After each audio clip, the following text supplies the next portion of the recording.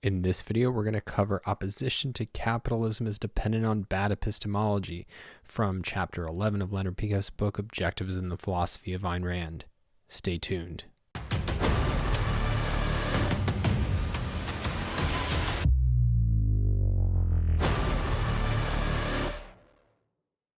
All right, so let's wrap up our discussion of capitalism and dive right in with a summary. So our starting point is the fact that there is, as we've seen, a moral opposition to capitalism rooted in the fact that the ethics of sacrifice is at odds with the politics of individualism, freedom, and capitalism. But now deeper than that, it's that opposition to capitalism comes from bad epistemology, specifically from intrinsicism and subjectivism. And so Leonard gives us an illustration of the various ways that people respond to, the objectivist argument against the claim that a free market, that capitalism leads to monopolies. And what we see is that they will often take the form of rejecting all the essentials of a proper epistemology. So, for example, you'll offer certain definition, and it's that the definitions will be dismissed as arbitrary, which is the subjectivist view, or it will be, no, my authorities say something different, which is the intrinsicist view.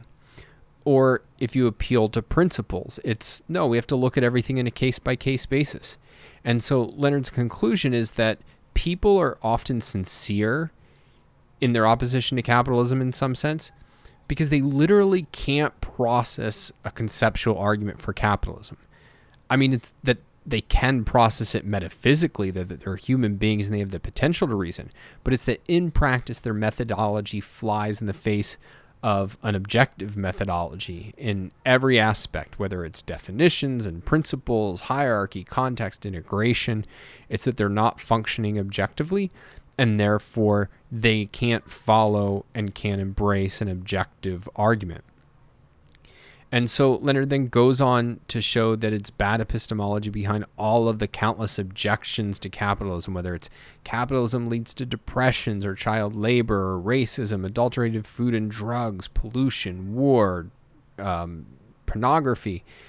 And indeed, he points out that the attacks on capitalism are often contradictory. They cancel each other out. So you have capitalism creates monopolies, and it's the system of cutthroat competition.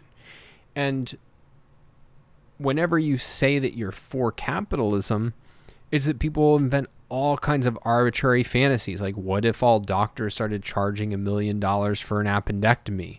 What if no one helps the helpless? And yet nobody asks, what if under socialism, a leader turns into a monster, which is something that actually does happen all the time and is not just kind of a speculative fantasy. And so there's a bad epistemology going on, and it's all pushing it in the anti-capitalist direction. And here's how Leonard puts the basic issue or the basic causality of this. He says, irrationalism leads the intellectuals to discard the possibility of independence, of the reality orientation, in favor of altruism, which leads them to conclude that capitalism is evil. Thereafter, however scandalously they drop context, rewrite history, or contradict themselves, they feel no shame. For so long as they are anti-capitalist, they feel noble. Their epistemology, in short, permits them to manipulate the data as they choose, to reach any conclusions they like in regard to any matter of fact, and their ethics programs them to reach only status conclusions. And so we have all these intellectuals who are anti-capitalism, which means that there's no one able to provide humanity with a proper evaluation of the facts of capitalism. And that's crucial, we get, because it's the facts don't speak for themselves. People can look around and see good things like prosperity, but they won't see why freedom is essential to prosperity, what freedom even is, or how to answer all the arguments against it. And it's the same on the negative. They can see all the destruction caused by socialism, but it's like, well, I keep hearing that that's not real socialism. And then they can also look around and see there's all kinds of problems today, and people keep blaming that on capitalism. So the only way we can get capitalism is with better philosophy, not only in ethics, but the precondition of a rational ethics, a proper metaphysics and epistemology, or if we want to put it, a real understanding of objectivity. So I want to talk about why people oppose capitalism. And for Ayn Rand, there's a necessary division of labor in intellectual issues. That is, because the rest of us have things to do to earn a living and other areas of life to focus on, we rely on intellectuals to understand and explain where we are, how we got here, and where we should go. And so to understand why we're moving away from capitalism, it's fundamentally going to be explained by intellectuals. And so then the question is, well, why is it that intellectuals oppose capitalism? And ultimately here, Ayn Rand thinks that there's also another division of labor between intellectuals, where the prime movers are philosophers and that they're setting the basic frameworks that are shaping every other intellectual field. And so when philosophy following Kant turned anti-reason, anti-individualist, anti-freedom, then our long-range course was essentially set, absent a change in philosophy. And what Leonard is highlighting, I think, is how it's fundamentally the turn away from reason that explains the turn away from capitalism. It's the inability of intellectuals to think conceptually that explains at the deepest level why we're abandoning freedom, why they oppose capitalism. But the story is actually quite complicated, or at least the story that Ayn Rand gives for this is quite complicated. So she discusses this kind of process of intellectuals turning against capitalism and how that leads to the destruction of freedom in many, many places. But I would name, I guess, three that are probably the most important.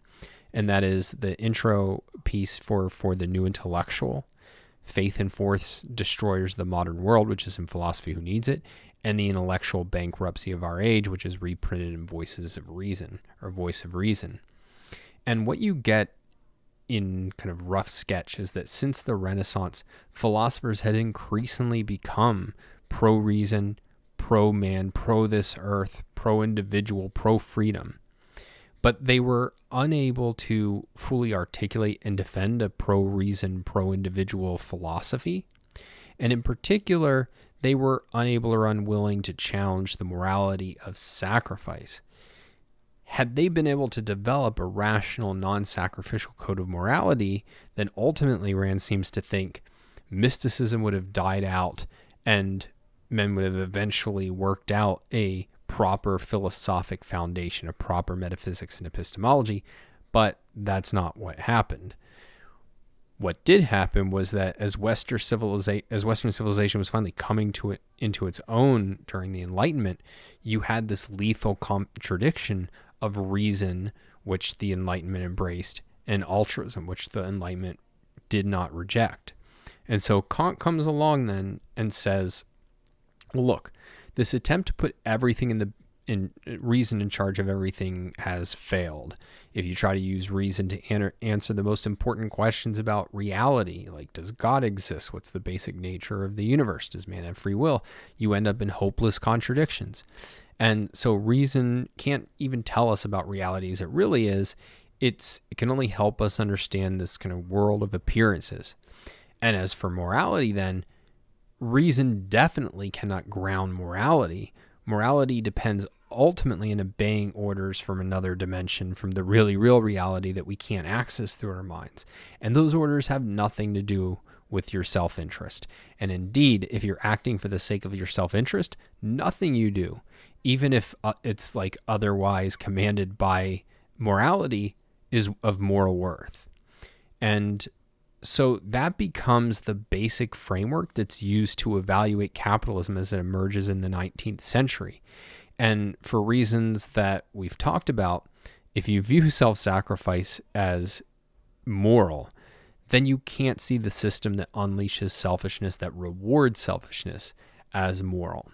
And so what you end up with is you have a bunch of intellectuals who've embraced irrationalism of one form or another and who think selfishness is evil. And so they're willing to twist themselves into knots, knowing that as long as they're attacking capitalism and defending some form of collectivism, some form of statism, that they're in the right. And so that's kind of what explains the reason why they oppose capitalism and why we're moving in that direction. And then it also indicates the solution, which is that if you have a proper philosophy and intellectuals in every field who are using that framework to understand where we are, how we got here, and where we're going, or where we should go, that's what's required to transform a nation or indeed the world in a better direction. And so ultimately, Ayn Rand has a lot more to say about the philosophic and indeed the psychological reasons that led to capitalism's destruction. But what I want to really just highlight here is that she thinks the blame goes to the philosophers, and that she sees an intimate connection between the role of epistemology and ethics in leading us to oppose capitalism. So I thought it might be fun to go through some of the attacks on capitalism that Leonard raised and just give my quick responses to them. And so let's start with this. Capitalism leads to monopolies. And my answer is, capitalism leads to the best firms succeeding so long as they remain the best. Socialism's answer is to monopolize everything and never let any new idea get tried unless you get an entire bureaucracy to sign off. What about capitalism leads to depressions? Well, it's full capitalism leads to full-time prosperity, full socialism leads to full-time depressions, and it's half-assed socialism that's caused the handful of depressions that we've enjoyed in mixed economies. What about capitalism leads to child labor?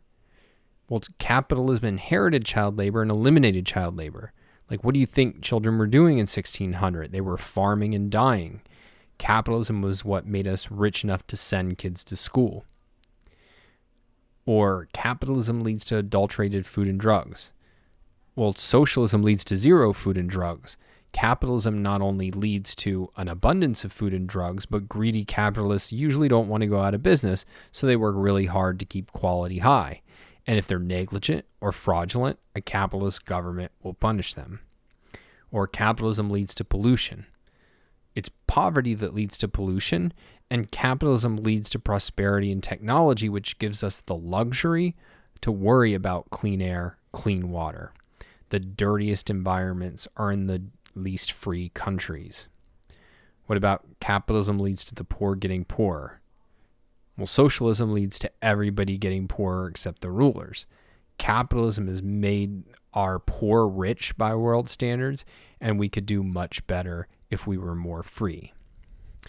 So, one tip for defending capitalism, which I think should have come through in just those small little examples, is that you never want to defend capitalism in a vacuum. What usually happens is you say, I'm for laissez-faire capitalism, then the other person just hurls a whole bunch of objections that you try to answer in a vacuum. But if you answer attacks on your system without forcing the people throwing the attacks to commit to a positive of their own, then you lose. Because what it amounts to is that you have to prove that capitalism is perfect rather than that capitalism is superior. And in a sense, it is perfect. That is, if you have rational standards of perfection, then a system that protects individual rights is a perfect system. But rather, what's encouraged by not having alternatives on the table and the other side having to defend those alternatives is that what you're doing is you're not measuring capitalism by a rational standard of perfection. You're measuring it by a mystical standard of perfection where everybody has infinity of everything and nothing bad ever happens and there's no challenges and every problem is automatically solved. So it's that you have to always be contrasting capitalism with the alternatives that are on the table. But here's the thing. Even if you do that in a given answer, you can't persuade people of capitalism by defending it against attacks. Part of what Leonard is arguing here is that the anti-capitalist mentality can invent infinity new attacks on capitalism because it's not tied to reason. It's basically deuces wild as long as they're attacking capitalism and as long as they're defending statism, they're totally willing to go down that journey and go down that road. Does that mean, therefore, well, it's hopeless? And no, because what has to happen is that people have to adopt a better framework.